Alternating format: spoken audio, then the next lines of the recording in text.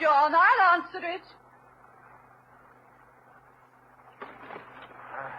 This is the home of Dr. Watson. Please to help. Oh, come in. Come in. These are not surgery hours, but the doctor is in. I'm sure he'll see you. Come in. Let me help you. John, dear, a patient. Please come quickly. Hurry, dear. Hurry. I'm all right. Just to sit down. What is it? Oh, heavens, this man does look in bad shape. On the contrary, Watson, for a man of my years, I have never felt better. Holmes. It can't Holmes, be. you've been dead for years.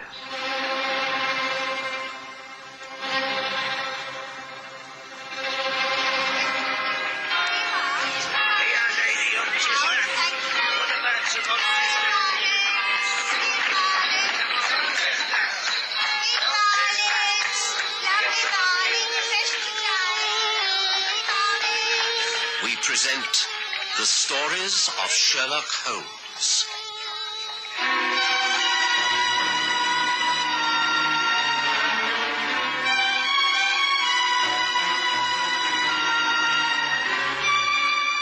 Tonight, His last star.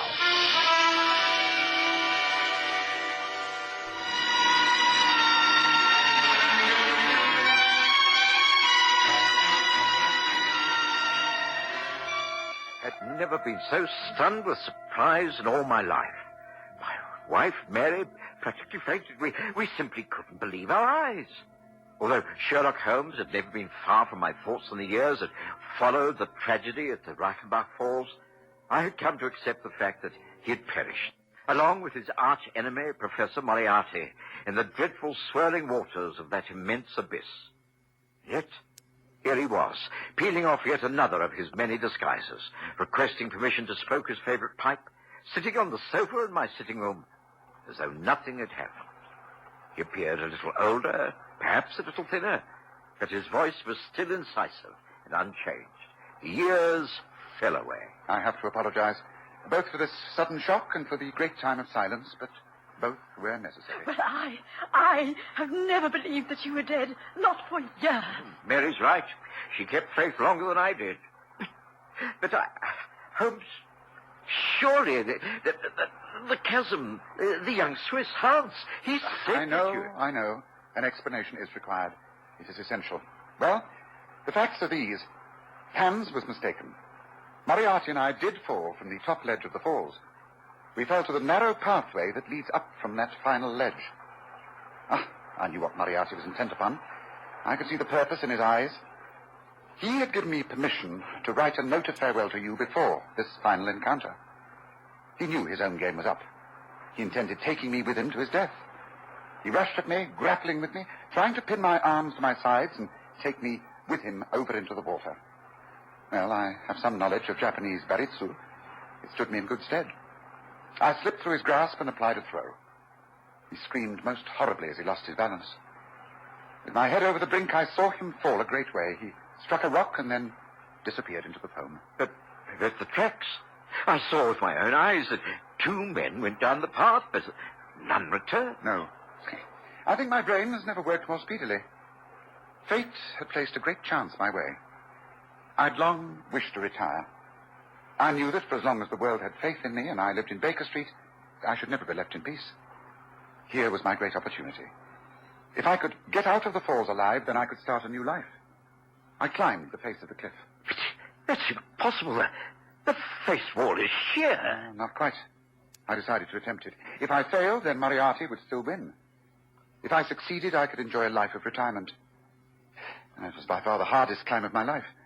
At times I imagined I heard Moriarty's voice screaming at me out of the depths. But I managed it. Well, I will not bore you with the details from then on. I took my time before returning to England. There was only one man who knew the truth. My brother, Mycroft. Oh, Holmes, don't you think that you could have... It wasn't that I didn't trust you and Mary, Watson, but I preferred it this way. We would have been bound to have taken up our friendship again. Others would have found out, Mrs. Hudson, Lestrade. I simply could not afford to take that chance. I still think... I don't care, John. I don't care. Whatever Mr. Holmes says is all right as far as I'm concerned. I believe him, and I stand by him.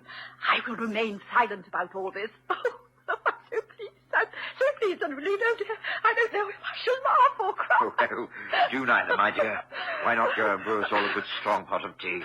I think that will do us all a power of good. Excellent suggestion. Oh, yes, perhaps you're right, dear. That is a good idea. What a morning. What a wonderful, wonderful morning. Well, you seem to be well settled, Watson. The years have been kind to you, and Mary is unchanged. Yes, we have a lot to be thankful for. Oh, but now come, Holmes, to the second part of your explanation. Why now? Why suddenly, after all this time, have you come back into our lives? Good question. I made sure my retirement was complete. I lived the life of a hermit among my bees and books in a cosy cottage on the South Downs. But, through Mycroft, the only man who knew of my existence, I've been forced into action again. You see, Watson, this is 1914. And in the summer of this year, war will be declared. The greatest war this world has ever known. A world war. Oh, Holmes, you can't be serious. Well, there are always rumors of war, always quarrels with Ireland, arguments with Germany, disagreements with the French, but an open conflict? Oh, never. How I wish you were right. But the Kaiser has already made his plans. You'd be amazed if you knew how riddled this country is with German spies. It is inevitable, Watson. And that's why for some months now I've been engaged in counter-espionage. I can tell you that at this moment 2 gentlemen are engaged in a most important conversation in the garden of a large mansion just south of this city. One is known as von Bork, a remarkable man, the most devoted of the Kaiser's agents. His companion is Baron von Herrling, the chief secretary of the German legation in this country. Now, they are putting the finishing touches to a plan that is the culmination of von Bork's work over the years. So far as I can judge the trend of events, you should be back in Berlin within the week. You will be surprised at the welcome that awaits you. Oh, your work in this country is most highly thought of. Oh, the English are easy to deceive. I have achieved everything simply because I am a born sportsman. It is not a pose. I hunt with the English squires. I play polo. I match them at it every game. I box against the young army officers and sail against their best yachtsmen. What is the result? No one takes me seriously. Quite a decent fellow for a German, you know, old boy. And all the time in this quiet country house of yours lives the most astute Secret Service man in Europe. You are a genius, my dear von Bork. You flatter me, Baron, but I certainly make claims that my 4 years in this country have not been unproductive. I have never shown you my little store, have I? No. Would you mind stepping this way for a moment? Certainly. After you, Baron. Dankeschön. I must, of course, claim protection from the embassy for the important papers that I shall be taking with me. Oh, naturally. You have already been booked in the embassy entourage. There will be no difficulty for you or your baggage. Of course, it is just possible that none of us will have to go. England may leave France to her fate when we start to march. There's no binding treaty between them. There is a definite treaty with Belgium. England will honor that. England is not ready for war. We are. Our special war tax of 50 millions has made it possible. But here, as far as essentials go, anti-submarine measures, munition storage, high-explosive bombs, nothing is prepared. How then can England come in? We have managed to stir the devil's brew, the Irish question. All England's thoughts are centered at home. She must think of her future. Yes, that is another matter. Mr. John Bull must decide whether to fight with his so-called allies or without them. But fight Germany, she must. This is a week of destiny. But come, you were speaking of your papers. Indeed I was. Here.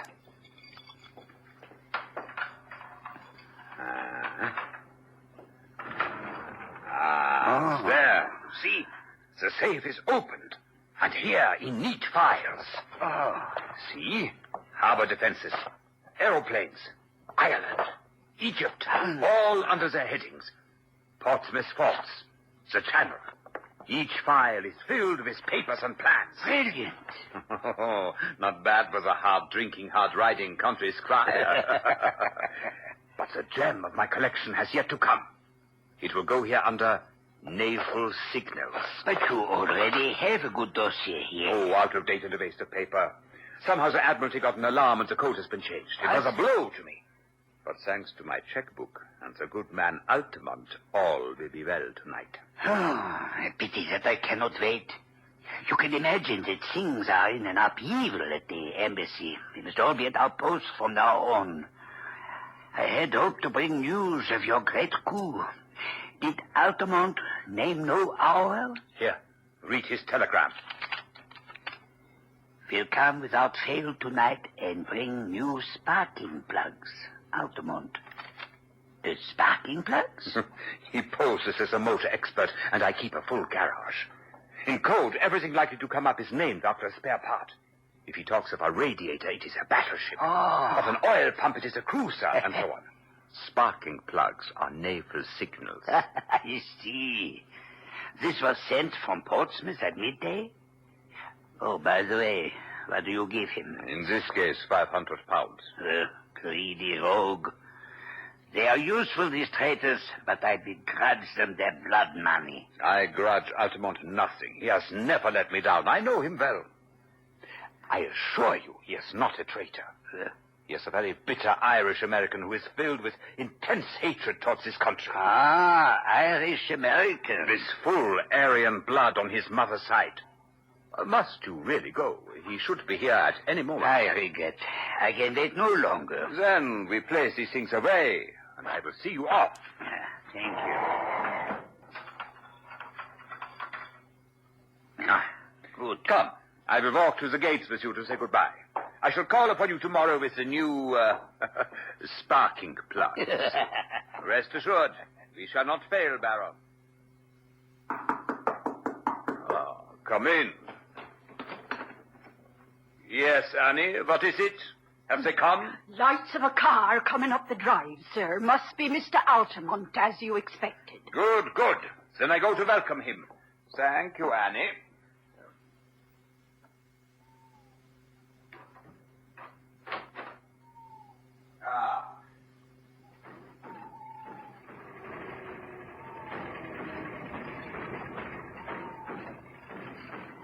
Just fine, Smith. Staying way behind the wheel, huh? Just so you say, Governor. Welcome, Altamont. I grew tired of waiting. Please do come in. Sorry, got kind of held up. Come in.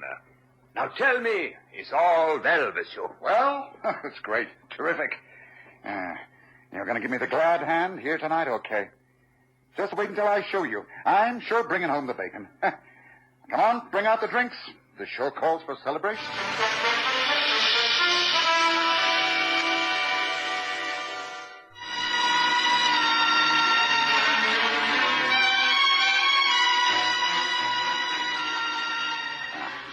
Here's mutton, you all right? Good health. And the signals? Just as I promised. Every last one. Semaphore, lamp code, Marconi. Copy, mind you, not the original. That'd be too dangerous. But it's the real McCoy. You can lay to that. Well, of course, a copy is better than the original. If an original were missing, it would change the whole thing. Now, let's see. Say, hey, you don't mean to tell me you keep your secret papers in that? Why not? Gee, a wide-open contraption like that, why, a Yankee crook could be through that with a can opener. It would pass through any crook to force that safe. Nothing can cut through that metal. It has a double combination lock. You need a word spelled out first and then a set of figures. In this case, it is A-U-G-U-S-T, August, and then 1914, August 1914. The date the war starts. Hey, come back, all I said. That's real smart. You got a heck of a lot of stuff in there. And it is all going out at once. I am what you would say, shutting up shop tomorrow. Oh, I guess that goes for me, too. I'm not staying here on my lonesome. I'd rather watch the fun from the other side of the big pond. But you are an American Don't make citizen. no difference. Cuts no ice with a British copper. What about Jack James? He's an American citizen. They got him. He's doing time in Portland, ain't he? Incidentally, talking to James, it seems to me you don't do much to cover your men. What do you mean by that? Well, he was his employer, not so? It's up to you to see these guys don't fall down, and when they do fall, do you pick them up? It was James' own fault. He was too self-willed at his job. He was boneheaded, I'll give you that. But then there was Hollis. The man was mad. But woozy toward the end, I grant you, but he was proper bugged. And now there's Steiner. Steiner? What about Steiner? I got him last night. He and his papers are all in Portsmouth jail. You go off to Germany, and that poor turf will have to stand the racket, and lucky if he gets off with his life. How could they have got to Steiner? This is the worst blow yet. Well, we nearly had a worse one. For I guess they're not too far off me. You don't mean that. Sure do. My landlady down Fratton Way had some inquiries made. When I heard that, I guessed it was time for me to hustle. Oh, don't ask me how it's worked. I don't want to know. I know Steiner's the 5th man you've lost since I signed on with you. I don't aim to be the 6th. Ain't you ashamed to see your men go down like this? How dare you speak to If me I like didn't this? tell you the facts, I wouldn't be working for you now, would I? Oh, here's something even more straight. I've heard tell that you Germans ain't sorry to see an agent put away once his work is done. How dare you suggest I give away my own agents? Well, there's a stool pigeon somewhere. It's up to you to find out where it is. I ain't taking no more chances. It's me for Holland, on a ship from Rotterdam to little old New York. No other ship in line will be safe in a week's time. So, here's my last assignment. Now what about the dough? The what? The boodle, the reward, the 500 pounds. Oh, you don't seem to have a very high opinion of my honor. You want some money before you give up that book you've wrapped up. That's about it. It's all here in the book. After all, this is a business proposition. All right. Have it your own way. I will write you a check.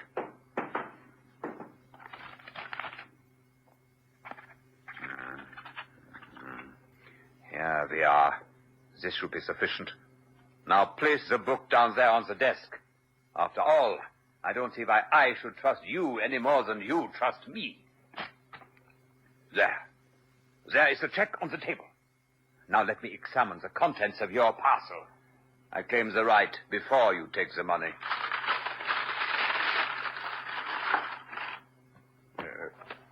What kind of joke is this? This says the Practical Handbook of Bee Culture.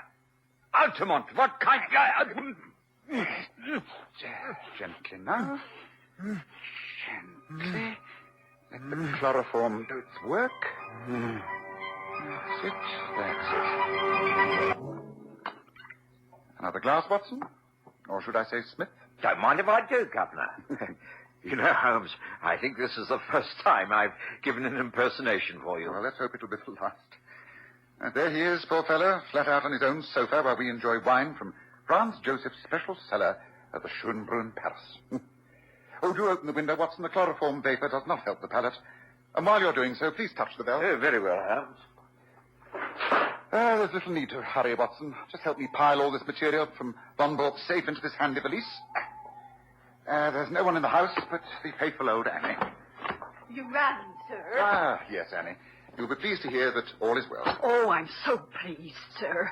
Oh, dear. He does look bad, doesn't he? Simply out cold for a short while, Annie. Nothing serious. Oh, he was quite a kind master, sir, within his rights, of course. He actually said he would pay for my passage to Germany. Can you imagine me living out there with all them Huns? It would hardly be suitable, would it, sir? Hardly. Thank you for your help. Now, would you be kind enough to take all these things and place them into my car? Also, telephone to my brother Mycroft and report that all is going exactly as planned. Very good, sir. It'll be a pleasure, sir. Are you sure you can handle his nibs? I think so, Annie. I think so. But that will be all. Thank you. Thank you, sir. Well, Holmes, so far so good. You must have been impersonating this American Altamont for some time to have ingratiated yourself so deeply in the favor of von Bork. It's taken nearly 2 years and entailed actually living in America. But now I can return to my books and my bees. Here is my magnum opus, my book on bees. I intend to write a second volume, Observations on the Segregation of the Queen. Have you never missed the old life? The catching of ordinary, everyday criminals? Not really. The passing of Moriarty, I rather lost interest. It was only when the Prime Minister himself appealed to me, through Mycroft, to enter the game again and tackle this gentleman von Bork, that I felt any enthusiasm. Von Bork is a superb spy.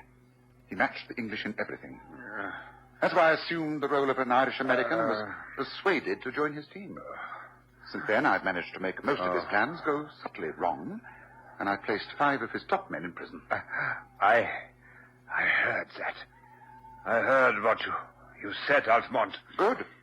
Because you, Herr von Bork, will be the 6th bird in the cage. I shall get level with you, Altamont. If it takes me all my life, I shall get level with you. That was the favorite remark of the late, but far from lamented, Professor Moriarty.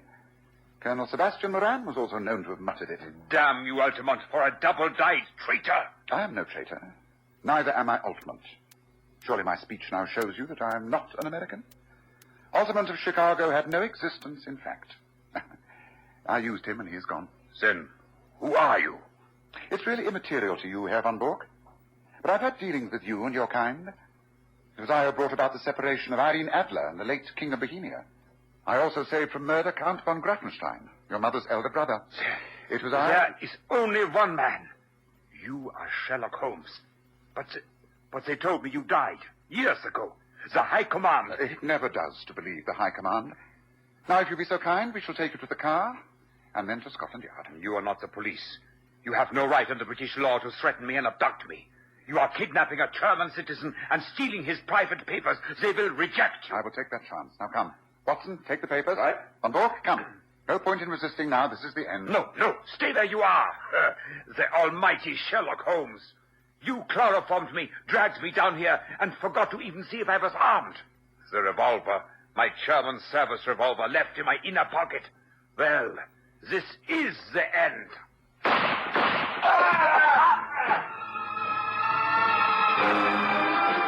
Are you all right, Watson? Yes. Yes, I think so. I'm not used to these high histrionics, Holmes. Neither am I, but I had to make him think he was winning. I had to make him think that I was stupid enough not to check the revolver and replace the bullets with blanks. Yes, but anyway, I could let him escape with confidence. Ah, listen, there he goes. That's his car, not mine. Mine has a special geared-up engine, racing quality. Now, come on, Watson. This is the last time. My final bow. Now, let's get after him. He's the only one who can involve the Baron and lead us to the rest of the conspiracy. Holmes took the wheel of the motor car, and as we raced up the country lanes and out into the well-made roads, I pondered yet again on this strange twist to the autumn of our lives. Gone were the hansom cabs. Taxis were now replacing them. There were even motor buses, and the horse bus was fast disappearing. The Underground Railway tunneled its way under our very feet. What lay ahead? The hideous cruelty of a modern war with trenches and shelling, bayonet fighting, and even war in the air. It seemed that a curse of the Almighty hung heavy over a degenerate world, and there was a feeling of doom in the sultry and stagnant air. Holmes dragged me back to earth. There, look ahead. That's where Von Bork has left the car. He's rushed into the building. The lights are on. That means they can suspect nothing. Come, Watson. And careful now. The net closes for the last time. Careful. You are sure this is the truth, Von Bork? I am sure. Baron von Herling will vouchsafe for every word. Of course. We are lucky to have discovered the truth in good time. And we are assured that this Sherlock Holmes and his colleague are dead. I shot them myself. But we must act swiftly. We must cancel all previous plans. Our information is false. If we act upon it... If we act upon it, the German war machine will start at a tremendous disadvantage. Herr Conrad, you must know as leader of the espionage unit in this country that Von Bork would never go to these lengths unless it were true. We must act now. I agree. The whole of our network is in jeopardy. I therefore disband this organization. You will all go your own ways, making for the fatherland with as much information as you can take. Let's not get in there!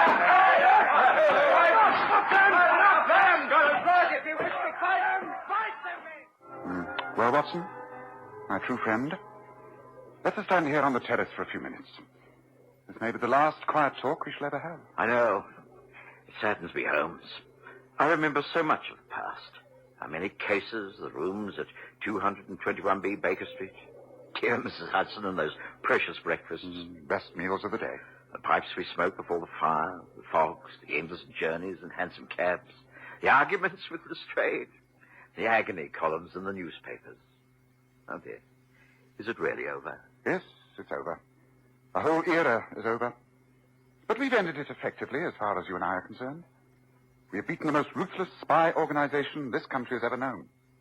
It won't prevent the war that is upon us, but after the war, perhaps because of our small efforts, a cleaner, better, stronger land will lie in the sunshine after the storm has cleared. Let us hope so, Watson. Let us hope so.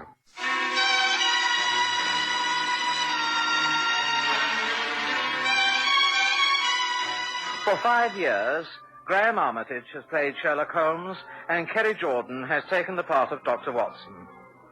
And the series was written and produced by Dennis Folbig.